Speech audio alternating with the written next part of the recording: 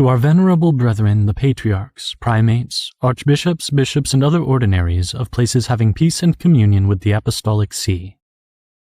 Rights and duties of capital and labor. That the spirit of revolutionary change, which has long been disturbing the nations of the world, should have passed beyond the sphere of politics and made its influence felt in the cognate sphere of practical economics, is not surprising. The elements of the conflict now raging are unmistakable.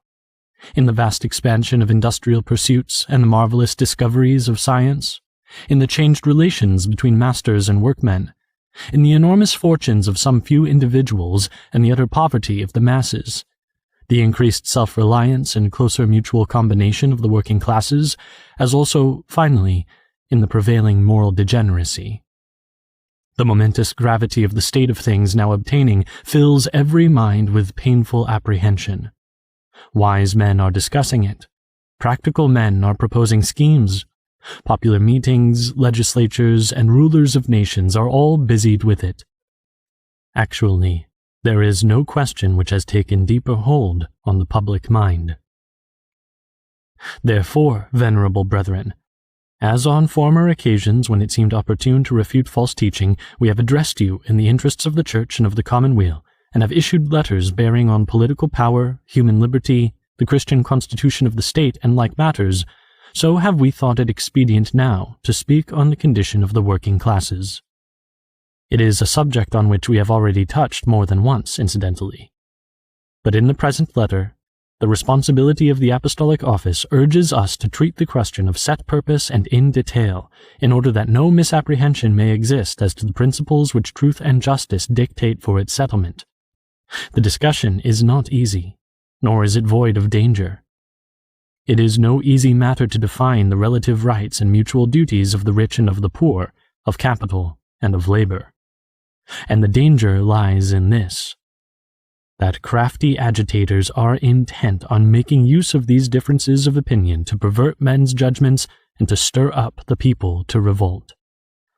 In any case, we clearly see, and on this there is general agreement, that some opportune remedy must be found quickly for the misery and wretchedness pressing so unjustly on the majority of the working class.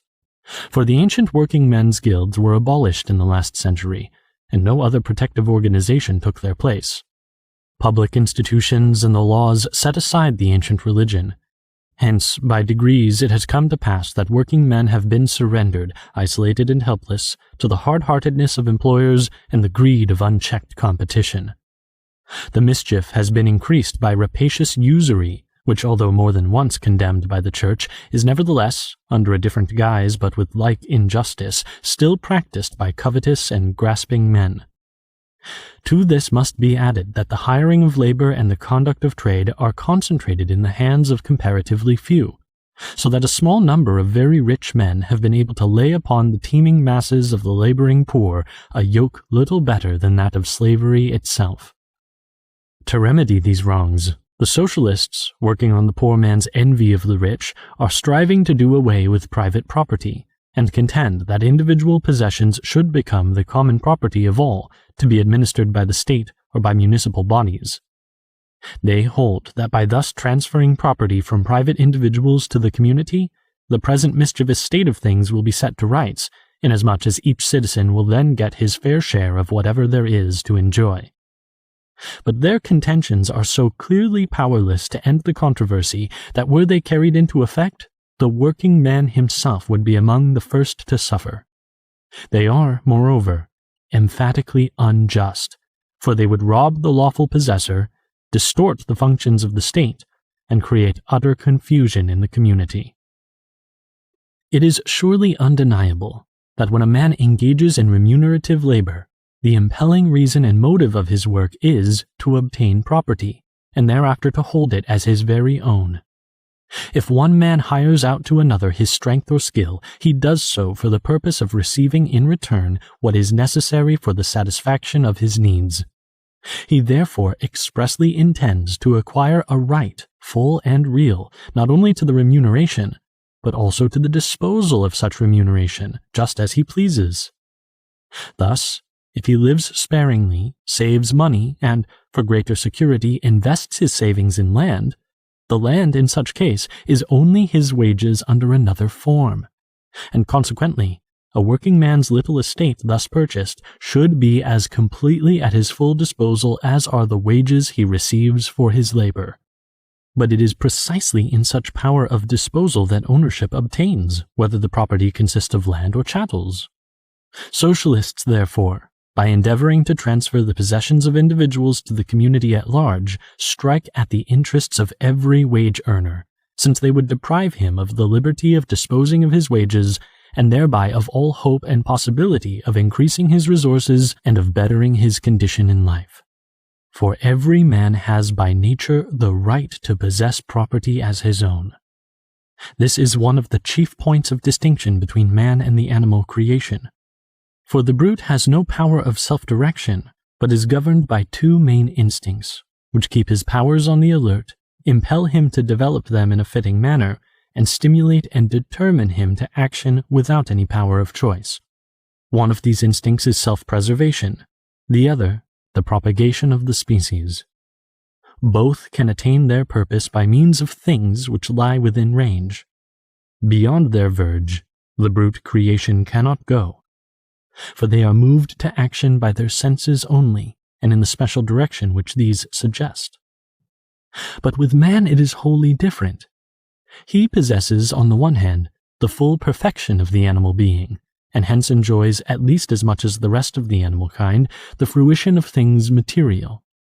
But animal nature, however perfect, is far from representing the human being in its completeness, and is, in truth, but humanity's humble handmaid, made to serve and to obey. It is the mind, or reason, which is the predominant element in us who are human creatures. It is this which renders a human being human, and distinguishes him essentially from the brute. And on this very account, that man alone among the animal creation is endowed with reason, it must be within his right to possess things not merely for temporary and momentary use, as other living things do, but to have and to hold them in stable and permanent possession. He must have not only things that perish in the use, but those also which, though they have been reduced into use, continue for further use in after time. This becomes still more clearly evident if man's nature be considered a little more deeply. For man, fathoming by his faculty of reason matters without number, linking the future with the present and being master of his own acts, guides his ways under the eternal law and the power of God, whose providence governs all things.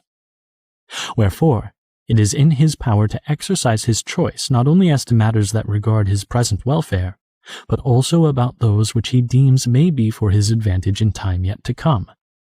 Hence, man not only should possess the fruits of the earth, but also the very soil, inasmuch as from the produce of the earth he has to lay by provision for the future. Man's needs do not die out, but forever recur. Although satisfied today, they demand fresh supplies for tomorrow. Nature, accordingly, must have given to man a source that is stable and remaining always with him, from which he might look to draw continual supplies. And this stable condition of things he finds solely in the earth and its fruits. There is no need to bring in the state. Man precedes the state, and possesses, prior to the formation of any state, the right of providing for the substance of his body. The fact that God has given the earth for the use and enjoyment of the whole human race can in no way be a bar to the owning of private property. For God has granted the earth to mankind in general, not in the sense that all without distinction can deal with it as they like, but rather that no part of it was assigned to any one in particular, and that the limits of private possession have been left to be fixed by man's own industry and by the laws of individual races. Moreover, the earth, even though apportioned among private owners, ceases not thereby to minister to the needs of all, inasmuch as there is not one who does not sustain life from what the land produces. Those who do not possess the soil contribute their labor. Hence it may truly be said that all human subsistence is derived either from labor on one's own land or from some toil, some calling, which is paid for either in the produce of the land itself or in that which is exchanged for what the land brings forth. Here again we have further proof that private ownership is in accordance with the law of nature. Truly, that which is required for the preservation of life and for life's well-being is produced in great abundance from the soil, but not until man has brought it into cultivation and expended upon it his solicitude and skill. Now, when man thus turns the activity of his mind and the strength of his body toward procuring the fruits of nature, by such act he makes his own that portion of nature's field which he cultivates, that portion on which he leaves, as it were, the impress of his personality, and it cannot but be just that he should possess that portion as his very own, and have a right to hold it without anyone being justified in violating that right. So strong and convincing are these arguments that it seems amazing that some should now be setting up anew certain obsolete opinions in opposition to what is here laid down. They assert that it is right for private persons to have the use of the soil and its various fruits, but that it is unjust for anyone to possess outright either the land on which he has built or the estate which he has brought under cultivation. But those who deny these rights do not perceive that they are defrauding man of what his own labor has produced. For the soil which is tilled and cultivated with toil and skill utterly changes its condition. It was wild before, now it is fruitful, was barren, but now brings forth in abundance. That which has thus altered and improved the land becomes so truly part of itself as to be in great measure indistinguishable and inseparable from it. Is it just that the fruit of a man's own sweat and labor should be possessed and enjoyed by anyone else? As effects follow their cause, so is it just and right that the results of labor should belong to those who have bestowed their labor. With reason, then, the common opinion of mankind, little affected by the few dissentients who have contended for the opposite view, has found in the careful study of nature and in the laws of nature the foundations of the division of property, and the practice of all ages has consecrated the principle of private ownership as being preeminently in conformity with human nature and as conducing in the most unmistakable manner to the peace and tranquility of human existence. The same principle is confirmed and enforced by the civil laws which, so long as they are just, derive from the law of nature their binding force. The authority of the divine law adds its sanction, forbidding us in severest terms even to covet that which is another's. Thou shalt not covet thy neighbor's wife, nor his house, nor his field, nor his manservant, nor his maidservant, nor his ox, nor his ass, nor anything that is his. The rights here spoken of, belonging to each individual man, are seen in much stronger light when considered in relation to man's social and domestic obligations. In choosing a state of life, it is indisputable that all are at full liberty to follow the counsel of Jesus Christ as to observing virginity, or to bind themselves by the marriage tie. No human law can abolish the natural and original right of marriage, nor in any way limit the chief and principal purpose of marriage ordained by God's authority from the beginning. Increase and multiply. Hence we have the family, the society of a man's house, a society very small, one must admit, but nonetheless a true society, and one older than any state. Consequently, it has rights and duties peculiar to itself which are quite independent of the state. That right to property, therefore, which has been proved to belong naturally to individual persons, must in like wise belong to a man in his capacity of head of a family. Nay, that right is all the stronger in proportion as the human person receives a wider extension in the family group. It is a most sacred law of nature that a father should provide food and all necessaries for those whom he has begotten, and similarly, it is natural that he should wish that his children, who carry on, so to speak, and continue his personality, should be by him provided with all that is needful to enable them to keep themselves decently from want and misery amid the uncertainties of this mortal life. Now, in no other way can a father effect this, except by the ownership of productive property which he can transmit to his children by inheritance. A family, no less than a state, is, as we have said, a true society, governed by an authority peculiar to itself, that is to say, by the authority of the Father. Provided, therefore, the limits which are prescribed by the very purposes for which it exists be not transgressed, the family has at least equal rights with the state in the choice and pursuit of the things needful to its preservation and its just liberty. We say, at least equal rights, for, inasmuch as the domestic household is antecedent, as well in idea as in fact, to the gathering of men into a community, the family must necessarily have rights and duties which are prior to those of the community, and founded more immediately in nature. If the families, on entering into association and fellowship, were to experience hindrance in a commonwealth instead of help, and were to find their rights attacked instead of being upheld, society would rightly be an object of detestation rather than of desire. The contention, then, that the civil government should at its option intrude into and exercise intimate control over the family and the household is a great and pernicious error. True, if a family finds itself in exceeding distress, utterly deprived of the counsel of friends, and without any prospect of extricating itself, it is right that extreme necessity be met by public aid, since each family is a part of the commonwealth. In like manner, if within the precincts of the household there occur grave disturbance of mutual rights, public authority should intervene to force each party to yield to the other its proper due. For this is not to deprive citizens of their rights, but justly and properly to safeguard and strengthen them.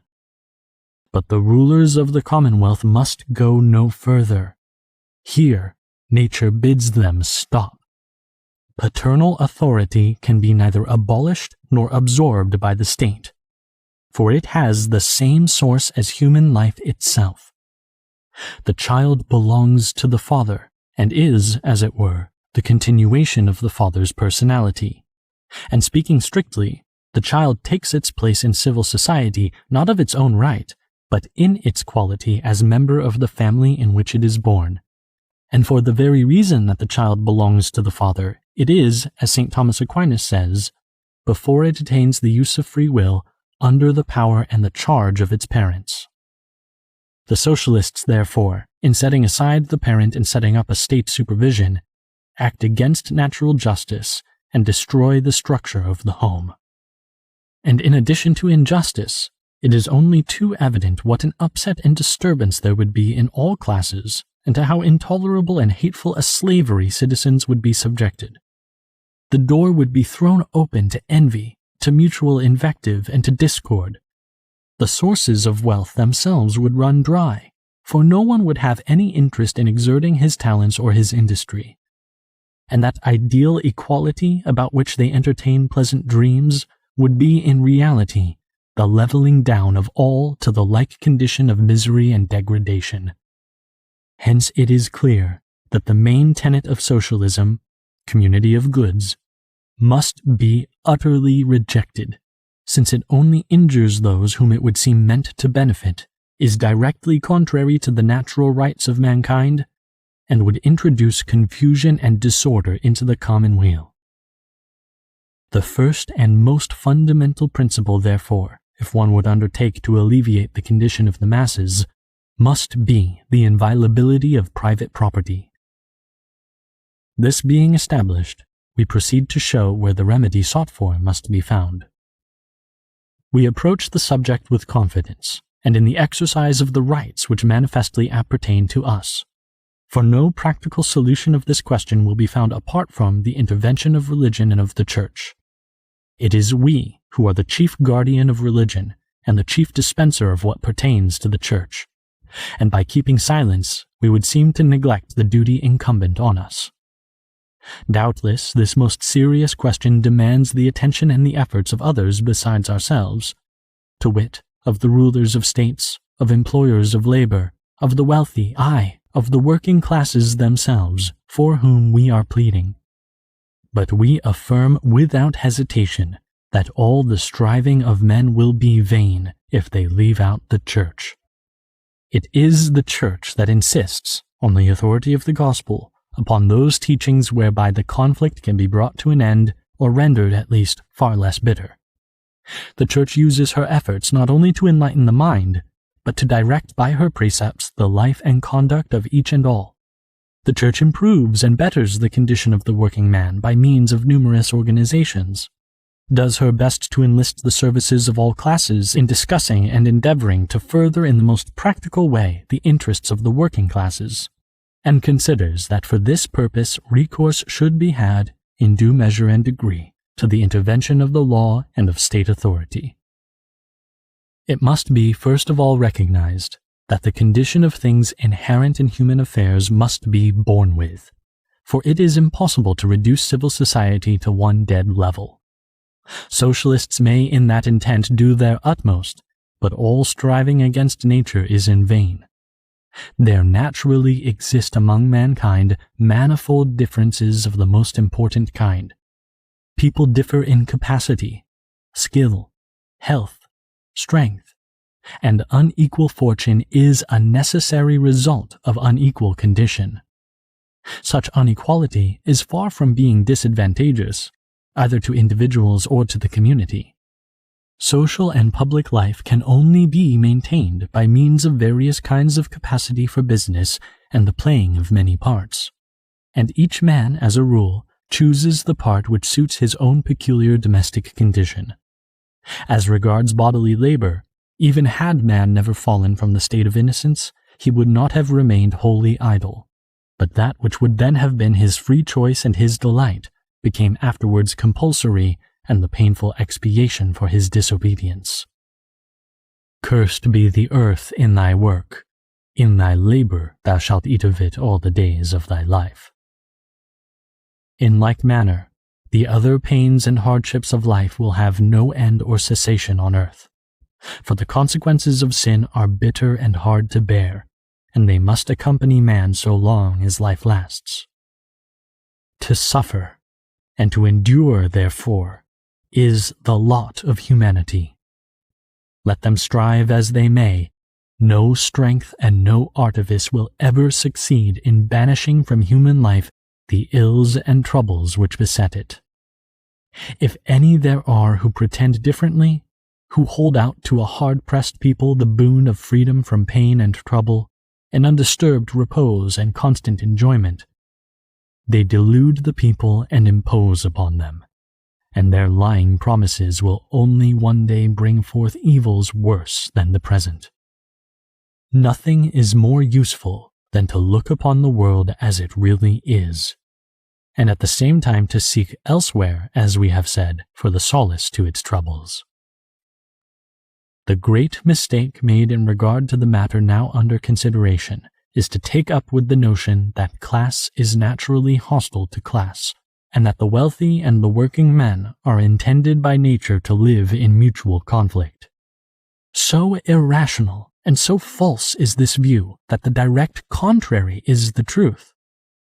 Just as the symmetry of the human frame is the result of the suitable arrangement of the different parts of the body, so in a state is it ordained by nature that these two classes should dwell in harmony and agreement, so as to maintain the balance of the body politic. Each needs the other. Capital cannot do without labor, nor labor without capital. Mutual agreement results in the beauty of good order, while perpetual conflict necessarily produces confusion and savage barbarity. Now, in preventing such strife as this, and in uprooting it, the efficacy of Christian institutions is marvelous and manifold. First of all, there is no intermediary more powerful than religion, whereof the Church is the interpreter and guardian, in drawing the rich and the working class together, by reminding each of its duties to the other, and especially of the obligations of justice. Of these duties, the following bind the proletarian and the worker. Fully and faithfully to perform the work which has been freely and equitably agreed upon, never to injure the property nor to outrage the person of an employer, never to resort to violence in defending their own cause, nor to engage in riot or disorder, and to have nothing to do with men of evil principles who work upon the people with artful promises of great results and excite foolish hopes which usually end in useless regrets and grievous loss. The following duties bind the wealthy owner and the employer: not to look upon their workpeople as their bondsmen, but to respect in every man his dignity as a person ennobled by Christian character. They are reminded that according to natural reason and Christian philosophy, working for gain is creditable, not shameful, to a man, since it enables him to earn an honorable livelihood. But to misuse men as though they were things in the pursuit of gain, or to value them solely for their physical powers, that is truly shameful and inhuman. Again, justice demands that in dealing with the working man, religion and the good of his soul must be kept in mind. Hence the employer is bound to see that the worker has time for his religious duties, that he be not exposed to corrupting influences and dangerous occasions, and that he be not led away to neglect his home and family or to squander his earnings. Furthermore, the employer must never tax his workpeople beyond their strength, or employ them in work unsuited to their sex and age. His great and principal duty is to give every one what is just. Doubtless, before deciding whether wages are fair, many things have to be considered, but wealthy owners and all masters of labor should be mindful of this: that to exercise pressure upon the indigent and the destitute for the sake of gain, and to gather one's profit out of the need of another, is condemned by all laws, human and divine. To defraud anyone of wages that are his due is a great crime which cries to the avenging anger of heaven. Behold, the hire of the laborers which by fraud has been kept back by you crieth, and the cry of them hath entered into the ears of the Lord of Sabaoth. Lastly, the rich must religiously refrain from cutting down the working men's earnings, whether by force, by fraud, or by usurious dealing, and with all the greater reason because the laboring man is, as a rule, weak and unprotected, and because his slender means should in proportion to their scantiness be accounted sacred. Were these precepts carefully obeyed and followed out, would they not be sufficient of themselves to keep under all strife and all its causes? But the Church, with Jesus Christ as her master and guide, aims higher still. She lays down precepts yet more perfect, and tries to bind class to class in friendliness and good feeling. The things of earth cannot be understood or valued aright without taking into consideration the life to come, the life that will know no death. Exclude the idea of futurity, and forthwith the very notion of what is good and right would perish. Nay, the whole scheme of the universe would become a dark and unfathomable mystery.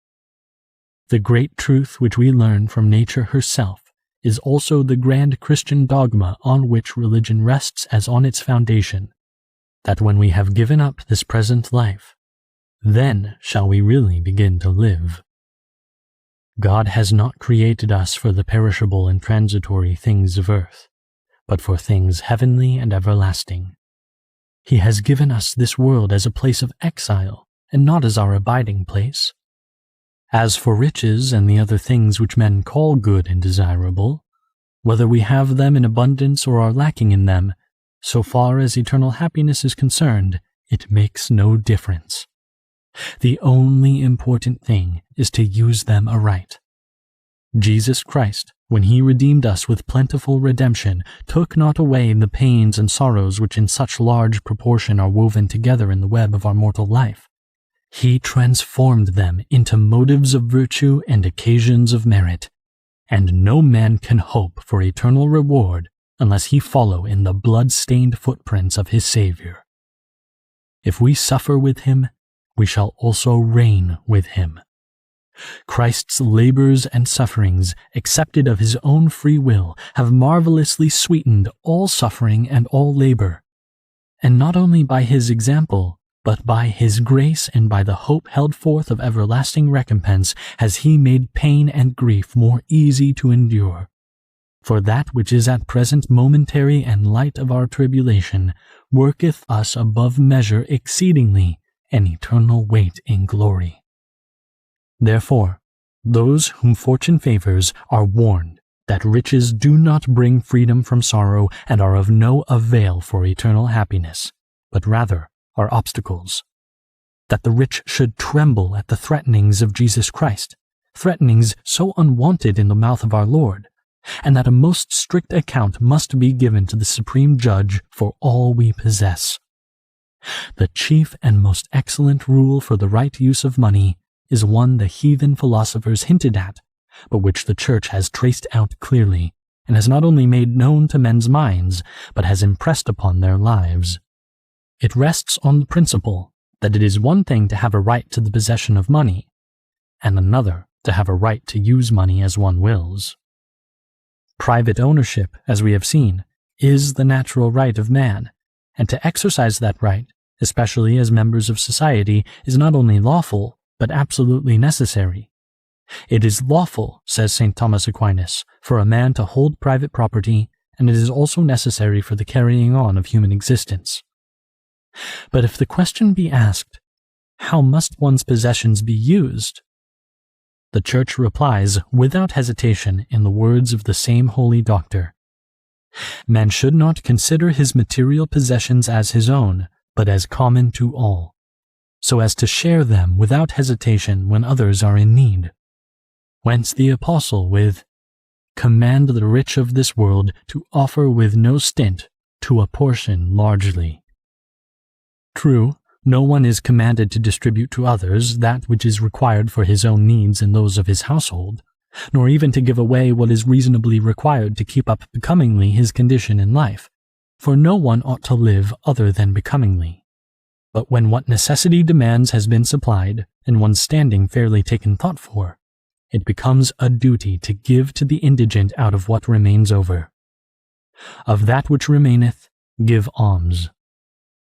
It is a duty not of justice, save in extreme cases, but of Christian charity, a duty not enforced by human law. But the laws and judgments of men must yield place to the laws and judgments of Christ the true God, who in many ways urges on his followers the practice of almsgiving. It is more blessed to give than to receive, and who will count a kindness done or refused to the poor as done or refused to himself. As long as you did it to one of my least brethren, you did it to me. To sum up, then, what has been said, whoever has received from the divine bounty a large share of temporal blessings, whether they be external and material or gifts of the mind, has received them for the purpose of using them for the perfecting of his own nature, and at the same time that he may employ them as the steward of God's providence for the benefit of others. He that hath a talent, said St. Gregory the Great, let him see that he hide it not. He that hath abundance, let him quicken himself to mercy and generosity.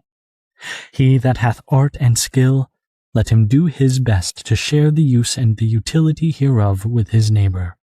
As for those who possess not the gifts of fortune, they are taught by the Church that in God's sight poverty is no disgrace, and that there is nothing to be ashamed of in earning their bread by labor. This is enforced by what we see in Christ himself, who, whereas he was rich, for our sakes became poor, and who being the Son of God and God himself, chose to seem and to be considered the son of a carpenter. Nay, did not disdain to spend a great part of his life as a carpenter himself. Is not this the carpenter, the son of Mary? From contemplation of this divine model, it is more easy to understand that the true worth and nobility of man lie in his moral qualities, that is, in virtue. That virtue is, moreover, the common inheritance of men, equally within the reach of high and low, rich and poor, and that virtue, and virtue alone wherever found, will be followed by the rewards of everlasting happiness. Nay, God himself seems to incline rather to those who suffer misfortune, for Jesus Christ calls the poor blessed. He lovingly invites those in labor and grief to come to him for solace, and he displays the tenderest charity towards the lowly and the oppressed. These reflections cannot fail to keep down the pride of the well-to-do, and to give heart to the unfortunate, to move the former to be generous, and the latter to be moderate in their desires. Thus the separation which pride would set up tends to disappear, nor will it be difficult to make rich and poor join hands in friendly concord. But if Christian precepts prevail, the respective classes will not only be united in the bonds of friendship, but also in those of brotherly love, for they will understand and feel that all men are children of the same common Father, who is God, that all have alike the same last end, which is God himself, who alone can make either men or angels absolutely and perfectly happy, that each and all are redeemed and made sons of God by Jesus Christ, the firstborn among many brethren, that the blessings of nature and the gifts of grace belong to the whole human race in common, and that from none except the unworthy is withheld the inheritance of the kingdom of heaven. If sons, heirs also, heirs indeed of God, and co-heirs with Christ. Such is the scheme of duties and of rights which is shown forth to the world by the gospel. Would it not seem that, were society penetrated with ideas like these, strife must quickly cease? But the Church, not content with pointing out the remedy, also applies it. For the Church does her utmost to teach and to train men, and to educate them, and by the intermediary of her bishops and clergy diffuses her salutary teachings far and wide. She strives to influence the mind and the heart so that all may willingly yield themselves to be formed and guided by the commandments of God. It is precisely in this fundamental and momentous matter, on which everything depends, that the Church possesses a power peculiarly her own. The instruments which she employs are given to her by Jesus Christ himself for the very purpose of reaching the hearts of men and derive their efficiency from God. They alone can reach the innermost heart and conscience and bring men to act from a motive of duty, to control their passions and appetites, to love God and their fellow men with a love that is outstanding and of the highest degree, and to break down courageously every barrier which blocks the way to virtue. On this subject we need but recall for one moment the examples recorded in history. Of these facts there cannot be any shadow of doubt. For instance, that civil society was renovated in every part by Christian institutions, that in the strength of that renewal the human race was lifted up to better things, nay, that it was brought back from death to life, and to so excellent a life that nothing more perfect had been known before, or will come to be known in the ages that have yet to be. Of this beneficent transformation, Jesus Christ was at once the first cause and the final end. As from him all came, so to him was all to be brought back. For when the human race, by the light of the gospel message, came to know the grand mystery of the incarnation of the Word and the redemption of man, at once the life of Jesus Christ, God and man, pervaded every race and nation, and interpenetrated them with his faith, his precepts, and his laws. And if human society is to be healed now, in no other way can it be healed save by a return to Christian life and Christian institutions. When a society is perishing, the wholesome advice to give to those who would restore it is to call it to the principles from which it sprang. For the purpose and perfection of an association is to aim at and to attain that for which it is formed, and its efforts should be put in motion and inspired by the end and object which originally gave it being. Hence, to fall away from its primal constitution implies disease. To go back to it, recovery. And this may be asserted with utmost truth both of the whole body of the Commonwealth and of that class of its citizens, by far the great majority, who get their living by their labor. Neither must it be supposed that the solicitude of the Church is so preoccupied with the spiritual concerns of her children as to neglect their temporal and earthly interests. Her desire is that the poor, for example, should rise above poverty and wretchedness and better their condition in life, and for this she makes a strong endeavor. By the fact that she calls men to virtue and forms them to its practice, she promotes this in no slight degree. Christian morality, when adequately and completely practiced, leads of itself to temporal prosperity, for it merits the blessings of that God who is the source of all blessings. It powerfully restrains the greed of possession and the thirst for pleasure, twin plagues which too often make a man who is void of self-restraint miserable in the midst of abundance. It makes men supply for the lack of means through economy, teaching them to be content with frugal living, and further, keeping them out of the reach of those vices which devour not small incomes merely, but large fortunes, and dissipate many a goodly inheritance. The Church, moreover, intervenes directly in behalf of the poor, by setting on foot and maintaining many associations which she knows to be efficient for the relief of poverty. Herein, again, she has always succeeded so well as to have even extorted the praise of her enemies. Such was the ardor of brotherly love among the earliest Christians that numbers of those who were in better circumstances despoiled themselves of their possessions in order to relieve their brethren, whence neither was there any one needy among them. To the order of deacons, instituted in that very intent, was committed by the apostles the charge of the daily doles, and the apostle Paul, though burdened with the solicitude of all the churches, hesitated not to undertake laborious journeys in order to carry the alms of the faithful to the poorer Christians.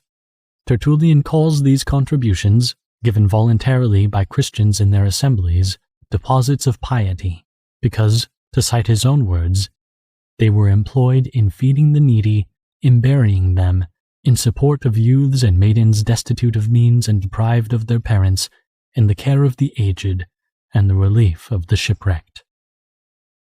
Thus, by degrees, came into existence the patrimony which the Church has guarded with religious care as the inheritance of the poor.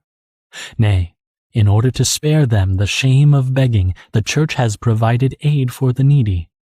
The common mother of rich and poor has aroused everywhere the heroism of charity, and has established congregations of religious and many other useful institutions for help and mercy, so that hardly any kind of suffering could exist which was not afforded relief. At the present day, many there are who, like the heathen of old, seek to blame and condemn the Church for such eminent charity. They would substitute in its stead a system of relief organized by the state. But no human expedients will ever make up for the devotedness and self-sacrifice of Christian charity. Charity as a virtue pertains to the Church, for virtue it is not, unless it be drawn from the most sacred heart of Jesus Christ, and whosoever turns his back on the Church cannot be near to Christ. Not only the Church, but all human agencies must concur. All who are concerned in the matter should be of one mind and, according to their ability, act together. It is with this, as with Providence that governs the world. The results of causes do not usually take place save where all the causes cooperate. It is sufficient, therefore, to inquire what part the state should play in the work of remedy and relief. By the state we here understand not the particular form of government prevailing in this or that nation, but the state as rightly apprehended, that is to say, any government conformable in its institutions to right reason and natural law, and to those dictates of the divine wisdom which we have expounded in the Encyclical on the Christian constitution of the state. The foremost duty, therefore, of the rulers of the state should be to make sure that the laws and institutions, the general character and administration of the commonwealth, shall be such as of themselves to realize public well-being and private prosperity. This is the proper scope of wise statesmanship, and is the work of the rulers. Now a state chiefly prospers and thrives through moral rule, well-regulated family life, respect for religion and justice, the moderation and fair imposing of public taxes, the progress of the arts and of trade, the abundant yield of the land, through everything, in fact, which makes the citizens better and happier. Hereby, then, it lies in the power of a ruler to benefit every class in the state, and amongst the rest, to promote to the utmost the interests of the poor, and this in virtue of his office and without being open to suspicion of undue interference, since it is the province of the commonwealth to serve the common good. And the more that is done for the benefit of the working classes by the general laws of the country, the less need will there be to seek for special means to relieve them. There is another and deeper consideration which must not be lost sight of. As regards the state, the interests of all, whether high or low, are equal. The members of the working classes are citizens by nature and by the same right as the rich. They are real parts, living the life which makes up, through the family, the body of the commonwealth, and it need hardly be said that they are in every city very largely in the majority. It would be irrational to neglect one portion of the citizens and favor another, and therefore the public administration must duly and solicitously provide for the welfare and the comfort of the working classes. Otherwise, that law of justice will be violated which ordains that each man shall have his due. To cite the wise words of St. Thomas Aquinas, as the part and the whole are in a certain sense identical, so that which belongs to the whole in a sense belongs to the part. Among the many and grave duties of rulers who would do their best for the people, the first and chief is to act with strict justice, with that justice which is called distributive toward each and every class alike. But although all citizens, without exception, can and ought to contribute to that common good in which individuals share so advantageously to themselves, yet it should not be supposed that all can contribute in the like way and to the same extent. No matter what changes may occur in forms of government, there will ever be differences and inequalities of condition in the state. Society cannot exist or be conceived of without them. Some there must be who devote themselves to the work of the commonwealth, who make the laws or administer justice, or whose advice and authority govern the nation in times of peace and defend it in war. Such men clearly occupy the foremost place in the state, and should be held in highest estimation, for their work concerns most nearly and effectively the general interests of the community. Those who labor at a trade or calling do not promote the general welfare in such measure as this, but they benefit the nation, if less directly, in a most important manner. We have insisted, it is true, that since the end of society is to make men better, the chief good that society can possess is virtue. Nevertheless, it is the business of a well-constituted body politic to see to the provision of those material and external helps, the use of which is necessary to virtuous action. Now for the provision of such commodities, the labor of the working class, the exercise of their skill and the employment of their strength in the cultivation of the land and in the workshops of trade, is especially responsible and quite indispensable. Indeed, their cooperation is in this respect so important that it may be truly said that it is only by the labor of working men that states grow rich. Justice, therefore, demands that the interests of the working classes should be carefully watched over by the administration, so that they who contribute so largely to the advantage of the community may themselves share in the benefits which they create, that being housed, clothed, and bodily fit, they may find their life less hard and more endurable. It follows that whatever shall appear to prove conducive to the well-being of those who work should obtain favorable consideration. There is no fear that solicitude of this kind will be harmful to any interest. On the contrary, it will be to the advantage of all, for it cannot but be good for the commonwealth to shield from misery those on whom it so largely depends for the things that it needs. We have said that the state must not absorb the individual or the family. Both should be allowed free and untrammeled action so far as is consistent with the common good and the interest of others. Rulers should, nevertheless, anxiously safeguard the community and all its members. The community, because the conservation thereof is so emphatically the business of the supreme power, that the safety of the commonwealth is not only the first law, but it is a government's whole reason of existence, and the members, because both philosophy and the gospel concur in laying down that the object of the government of the state should be, not the advantage of the ruler, but the benefit of those over whom he is placed. As the power to rule comes from God, and is, as it were, a participation in his, the highest of all sovereignties, it should be exercised as the power of God is exercised, with a fatherly solicitude which not only guides the whole, but reaches also individuals. Whenever the general interest or any particular class suffers, or is threatened with harm which can in no other way be met or prevented, the public authority must step in to deal with it. Now it is to the interest of the community as well as of the individual that peace and good order should be maintained, that all things should be carried on in accordance with God's laws and those of nature, that the discipline of family life should be observed and that religion should be obeyed, that a high standard of morality should prevail both in public and private life, that justice should be held sacred and that no one should injure another with impunity, that the members of the community should grow up to man's estate strong and robust and capable, if need be, of guarding and defending their country. If by a strike of workers or concerted interruption of work there should be imminent danger of disturbance to the public peace, or if circumstances were such as that among the working class the ties of family life were relaxed, if religion were found to suffer through the workers not having time and opportunity afforded them to practice its duties, if in workshops and factories there were danger to morals through the mixing of the sexes or from other harmful occasions of evil, or if employers laid burdens upon their workmen which were unjust or degraded them with conditions repugnant to their dignity as human beings, finally, if health were endangered by excessive labor or by work unsuited to sex or age, in such cases there can be no question but that, within certain limits, it would be right to invoke the aid and authority of the law. The limits must be determined by the nature of the occasion which calls for the law's interference, the principle being that the law must not undertake more nor proceed further than is required for the remedy of the evil or the removal of the mischief. Rights must be religiously respected wherever they exist, and it is the duty of the public authority to prevent and to punish injury and to protect everyone in the possession of his own.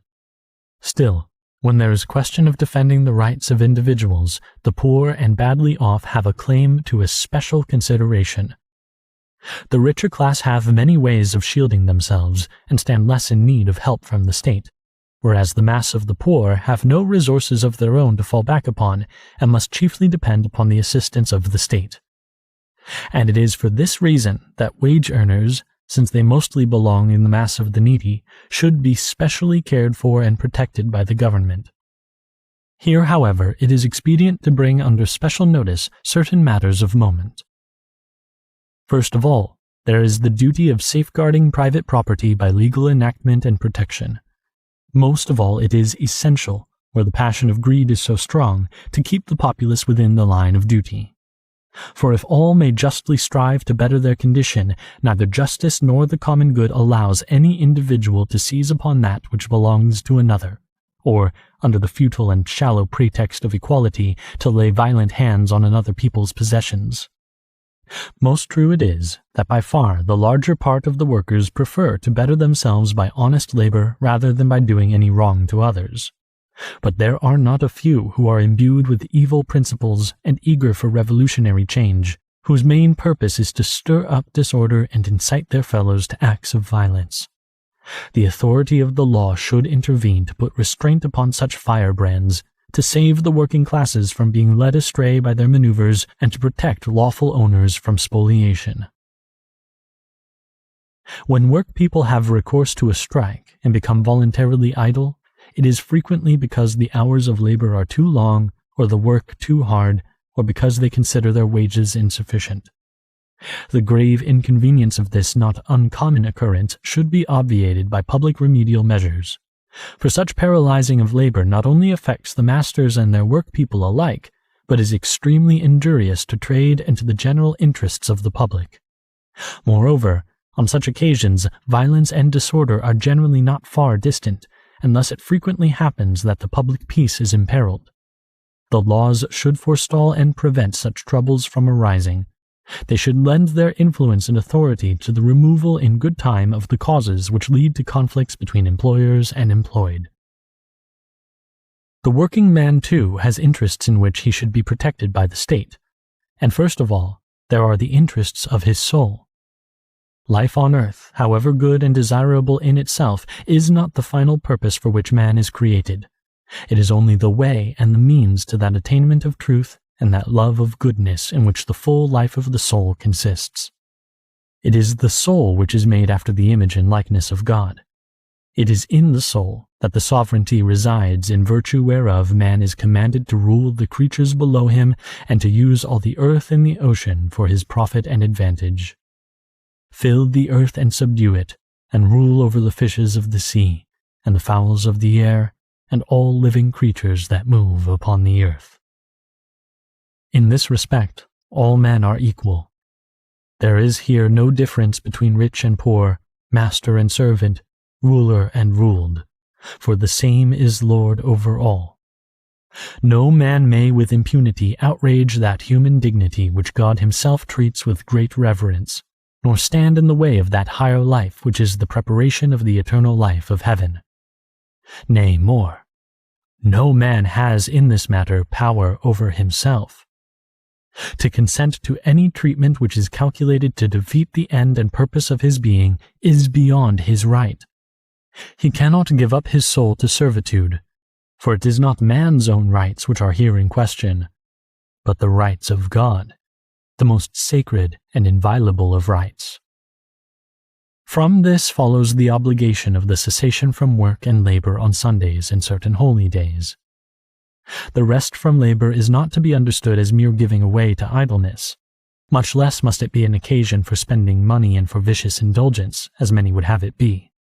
But it should be rest from labor, hallowed by religion.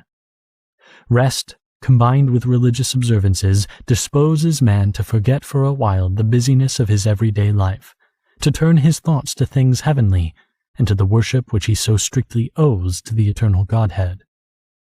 It is this, above all, which is the reason and motive of Sunday rest, a rest sanctioned by God's great law of the ancient covenant. Remember thou keep holy the Sabbath day, and taught to the world by his own mysterious rest after the creation of man. He rested on the seventh day from all his work which he had done. If we turn not to things external and material, the first thing of all to secure is to save unfortunate working people from the cruelty of men of greed, who use human beings as mere instruments for money-making. It is neither just nor human so to grind men down with excessive labor as to stupefy their minds and wear out their bodies. Man's powers, like his general nature, are limited, and beyond these limits he cannot go. His strength is developed and increased by use and exercise, but only on condition of due intermission and proper rest. Daily labor, therefore, should be so regulated as not to be protracted over longer hours than strength admits. How many and how long the intervals of rest should be must depend on the nature of the work, on circumstances of time and place, and on the health and strength of the workmen.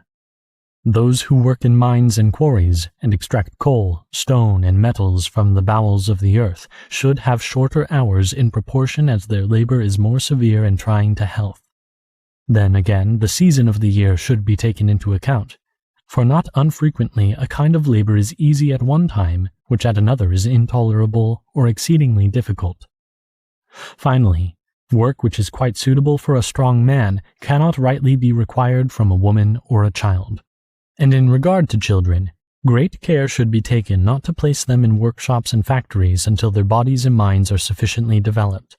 For just as very rough weather destroys the buds of spring, so does too early an experience of life's hard toil blight the young promise of a child's faculties and render any true education impossible. Women, again, are not suited for certain occupations.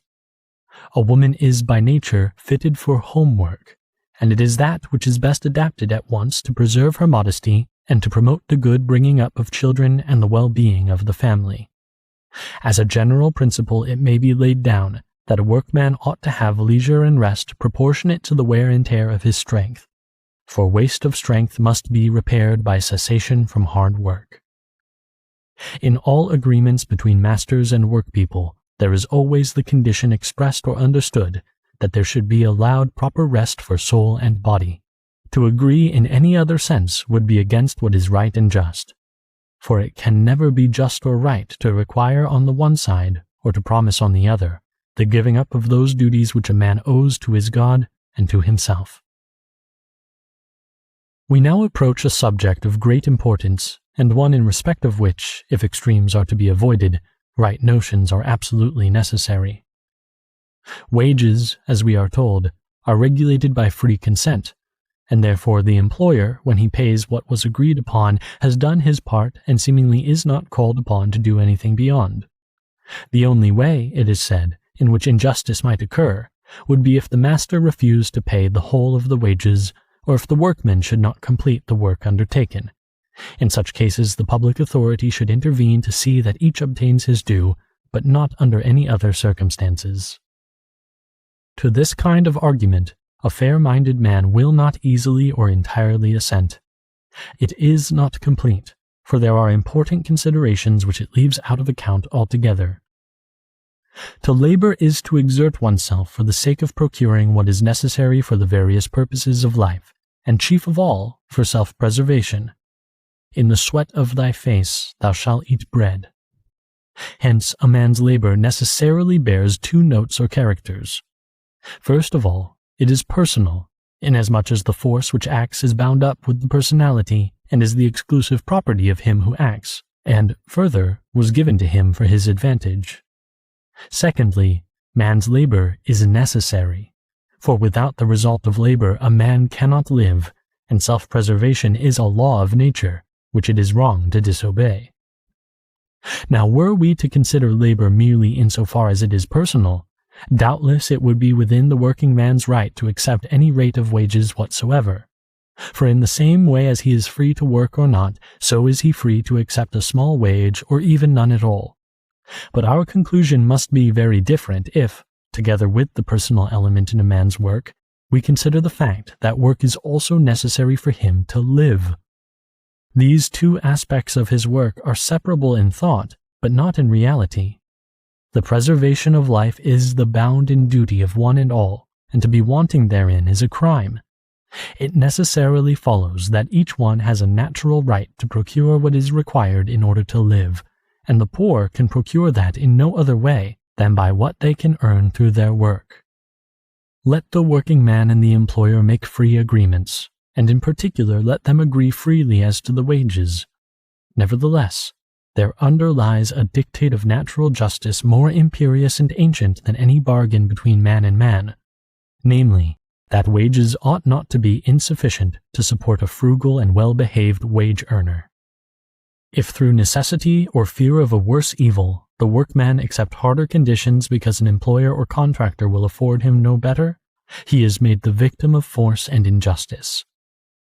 In these and similar questions, however, such as, for example, the hours of labor in different trades, the sanitary precautions to be observed in factories and workshops, etc., in order to supersede undue interference on the part of the state, especially as circumstances, times, and localities differ so widely, it is advisable that recourse be had to societies or boards such as we shall mention presently, or to some other mode of safeguarding the interests of the wage-earners, the state being appealed to, should circumstances require, for its sanction and protection. If a workman's wages be sufficient to enable him comfortably to support himself, his wife, and his children, he will find it easy, if he be a sensible man, to practice thrift, and he will not fail, by cutting down expenses, to put by some little savings and thus secure a modest source of income. Nature itself would urge him to this.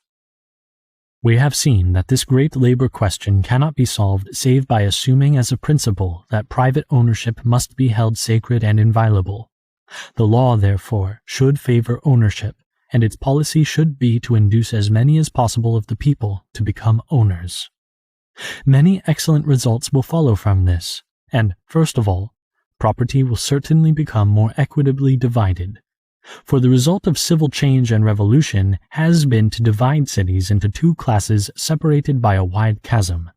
On the one side, there is the party which holds power because it holds wealth, which has in its grasp the whole of labor and trade, which manipulates for its own benefit and its own purposes all the sources of supply, and which is not without influence even in the administration of the commonwealth.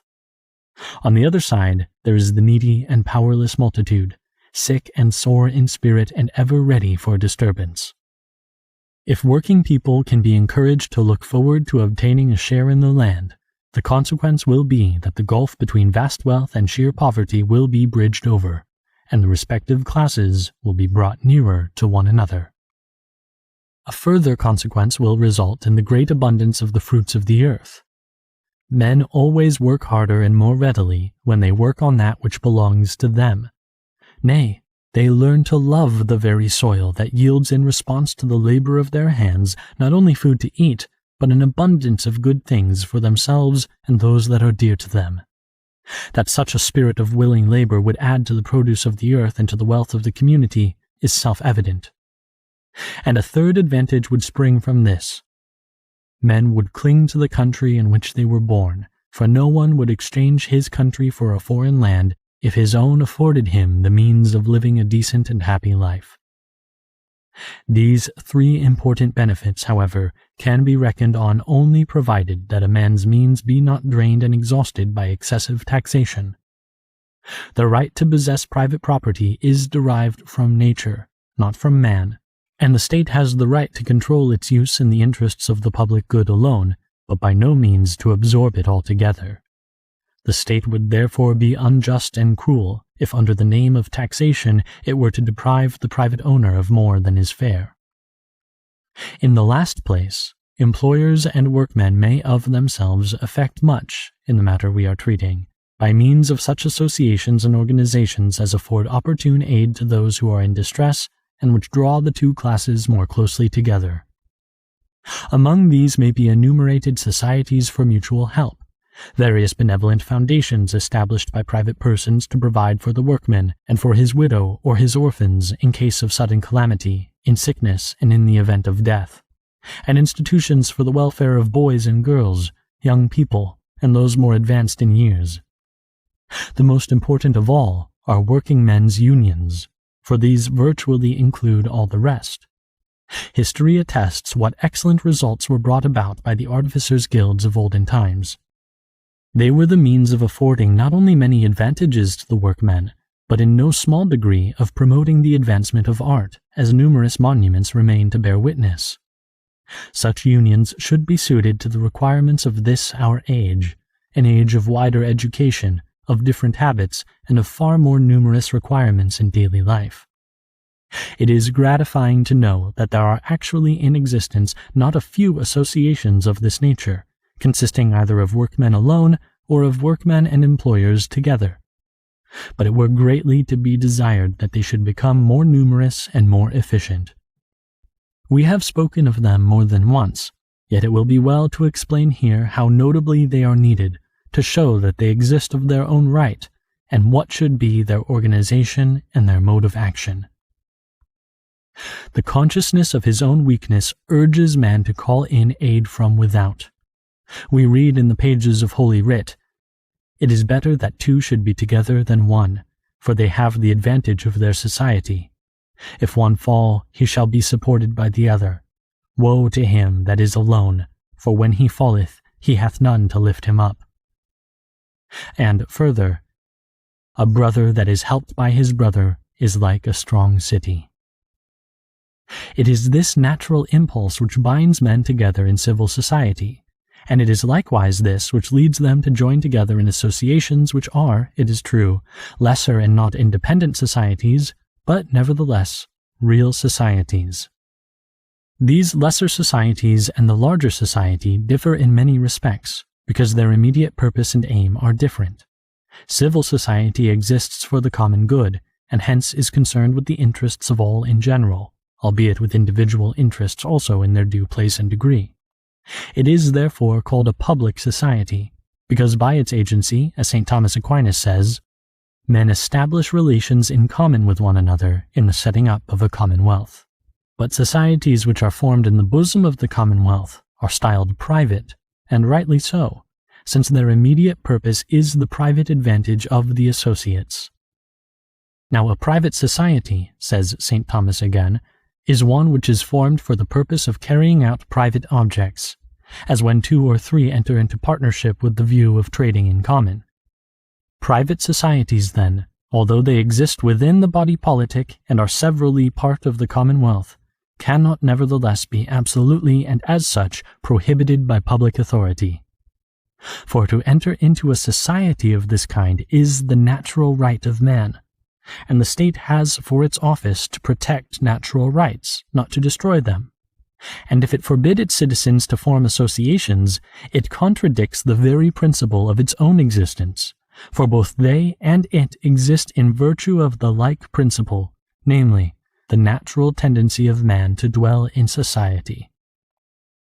There are occasions, doubtless, when it is fitting that the law should intervene to prevent certain associations, as when men join together for purposes which are evidently bad, unlawful, or dangerous to the state.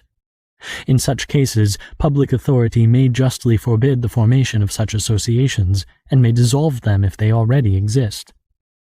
But every precaution should be taken not to violate the rights of individuals, and not to impose unreasonable regulations under pretense of public benefit. For laws only bind when they are in accordance with right reason, and hence with the eternal law of God. And here we are reminded of the confraternities, societies, and religious orders which have arisen by the Church's authority and the piety of Christian men. The annals of every nation down to our own days bear witness to what they have accomplished for the human race. It is indisputable that on grounds of reason alone, such associations, being perfectly blameless in their objects, possess the sanction of the law of nature. In their religious aspect, they claim rightly to be responsible to the Church alone. The rulers of the state, accordingly, have no rights over them, nor can they claim any share in their control. On the contrary, it is the duty of the state to respect and cherish them, and, if need be, to defend them from attack. It is notorious that a very different course has been followed, more especially in our own times. In many places the state authorities have laid violent hands on these communities, and committed manifold injustice against them.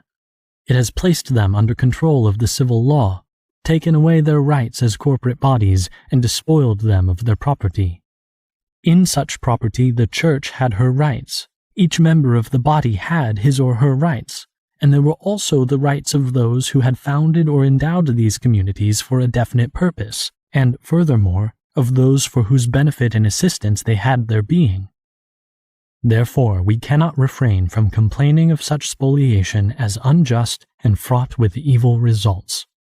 And with all the more reason do we complain, because at the very time when the law proclaims that association is free to all, we see that Catholic societies, however peaceful and useful, are hampered in every way, whereas the utmost liberty is conceded to individuals whose purposes are at once hurtful to religion and dangerous to the commonwealth.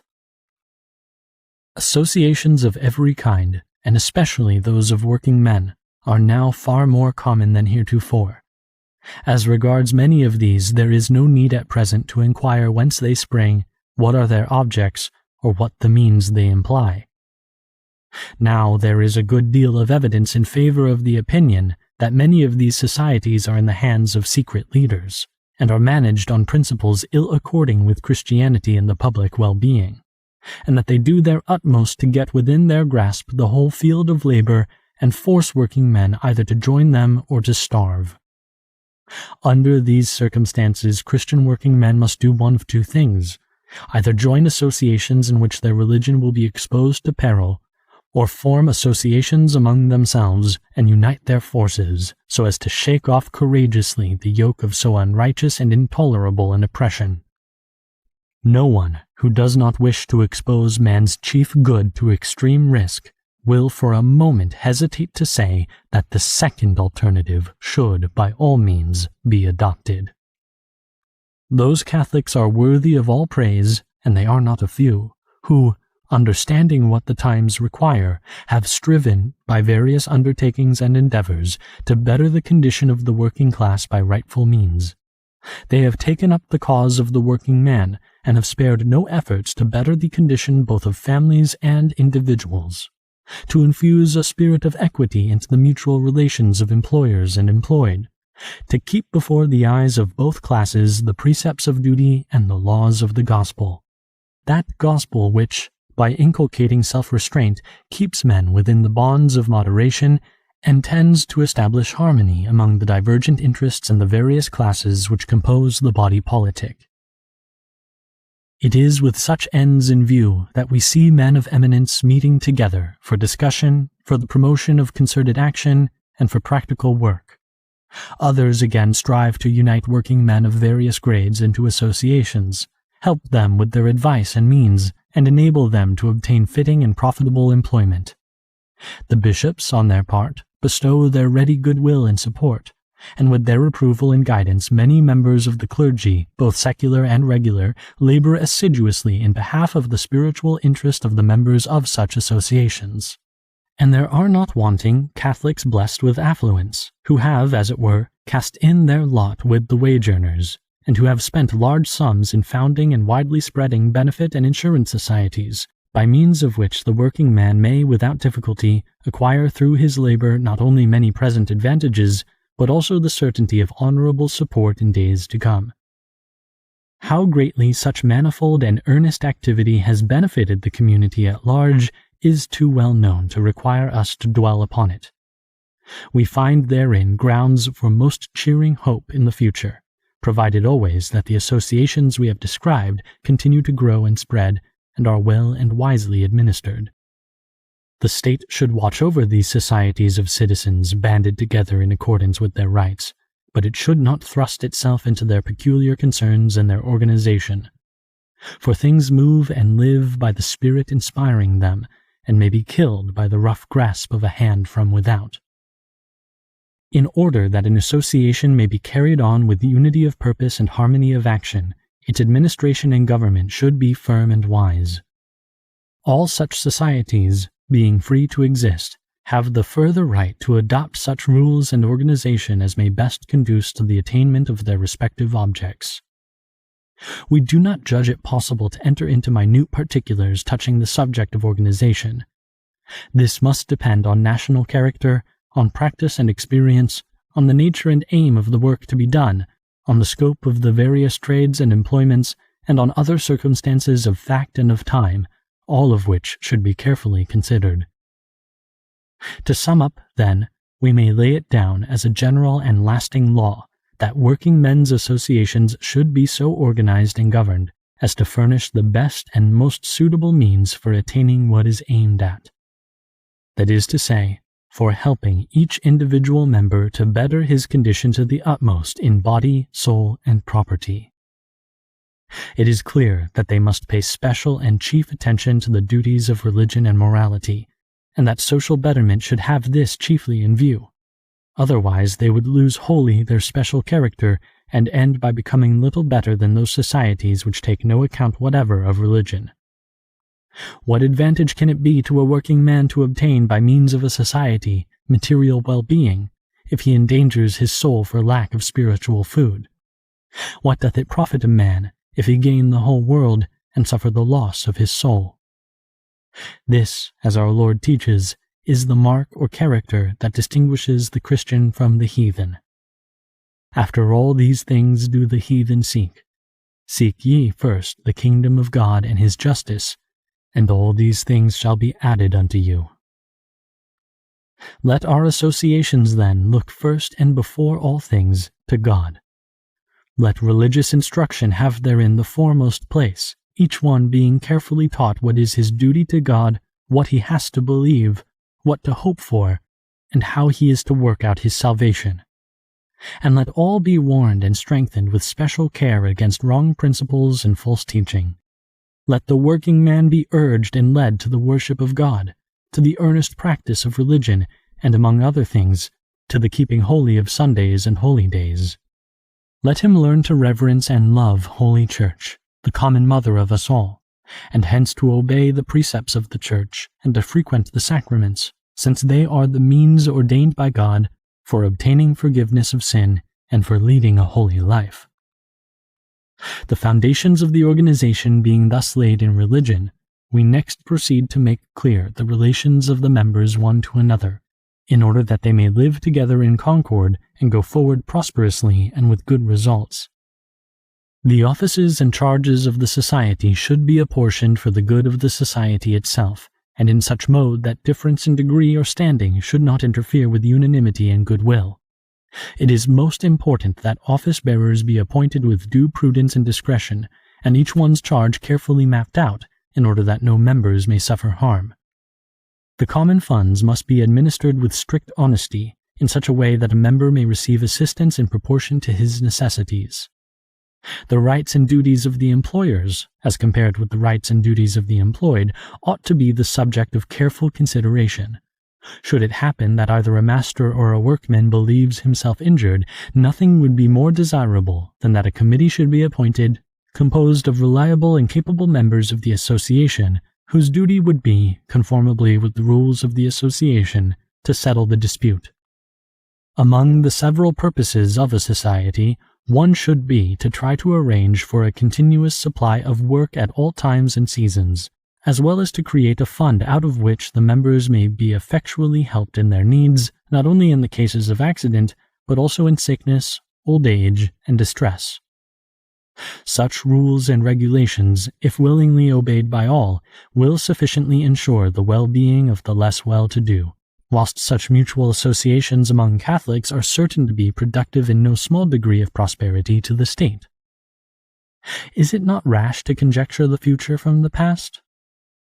Age gives way to age, but the events of one century are wonderfully like those of another, for they are directed by the providence of God, who overrules the course of history in accordance with his purposes in creating the race of man. We are told that it was cast as a reproach on the Christians in the early ages of the Church that the greater number among them had to live by begging or by labor.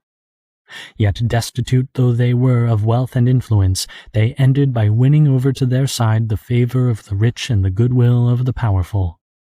They showed themselves industrious, hard-working, assiduous and peaceful, ruled by justice, and above all, bound together in brotherly love.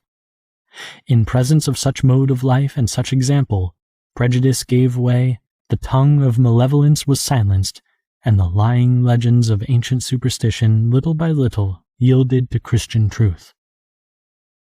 At the time being, the condition of the working classes is the pressing question of the hour, and nothing can be of higher interest to all classes of the state than that it should be rightly and reasonably settled. But it will be easy for Christian working men to solve it aright if they will form associations, choose wise guides, and follow on the path which with so much advantage to themselves and the common weal was trodden by their fathers before them. Prejudice, it is true, is mighty, and so is the greed of money. But if the sense of what is just and rightful be not deliberately stifled, their fellow citizens are sure to be won over to a kindly feeling towards men whom they see to be in earnest as regards their work, and who prefer so unmistakably right dealing to mere lucre, and the sacredness of duty to every other consideration. And further great advantage would result from the state of things we are describing. There would exist so much more ground for hope and likelihood even of recalling to a sense of their duty those working men who have either given up their faith altogether, or whose lives are at variance with its precepts. Such men feel in most cases that they have been fooled by empty promises and deceived by false pretexts. They cannot but perceive that their grasping employers too often treat them with great inhumanity, and hardly care for them outside the profit their labor brings. And if they belong to any union, it is probably one in which there exists, instead of charity and love, that intestine strife which ever accompanies poverty when unresigned and unsustained by religion. Broken in spirit and worn down in body, how many of them would gladly free themselves from such galling bondage? But human respect or the dread of starvation makes them tremble to take the step. To such as these, Catholic associations are of incalculable service, by helping them out of their difficulties, inviting them to companionship, and receiving the returning wanderers to a haven where they may securely find repose. We have now laid before you, venerable brethren, both who are the persons and what are the means whereby this most arduous question must be solved. Every one should put his hand to the work which falls to his share, and that at once and straightway, lest the evil which is already so great become through delay absolutely beyond remedy. Those who rule the commonwealths should avail themselves of the laws and institutions of the country. Masters and wealthy owners must be mindful of their duty. The working class, whose interests are at stake, should make every lawful and proper effort. And since religion alone, as we said at the beginning, can avail to destroy the evil at its root, all men should rest persuaded that main thing needful is to re-establish Christian morals, apart from which all the plans and devices of the wisest will prove of little avail. In regard to the Church, her cooperation will never be found lacking, be the time or the occasion what it may, and she will intervene with all the greater effect in proportion as her liberty of action is the more unfettered. Let this be carefully taken to heart by those whose office it is to safeguard the public welfare. Every minister of holy religion must bring to the struggle the full energy of his mind and all his power of endurance. Moved by your authority, venerable brethren, and quickened by your example, they should never cease to urge upon men of every class, upon the high-placed as well as the lowly, the gospel doctrines of Christian life.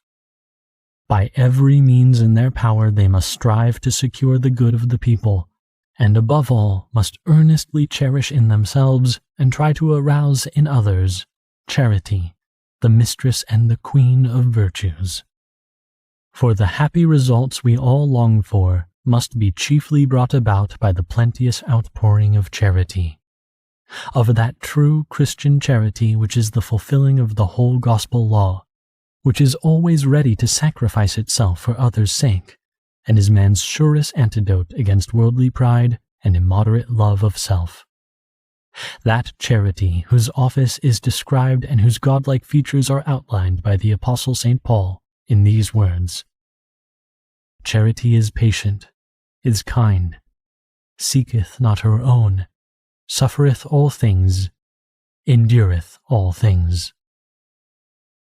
On each of you, venerable brethren, and on your clergy and people, as an earnest of God's mercy and a mark of our affection, we lovingly in the Lord bestow the apostolic benediction. Given at St. Peter's in Rome, the 15th day of May, 1891, the 14th year of our pontificate. Leo XIII.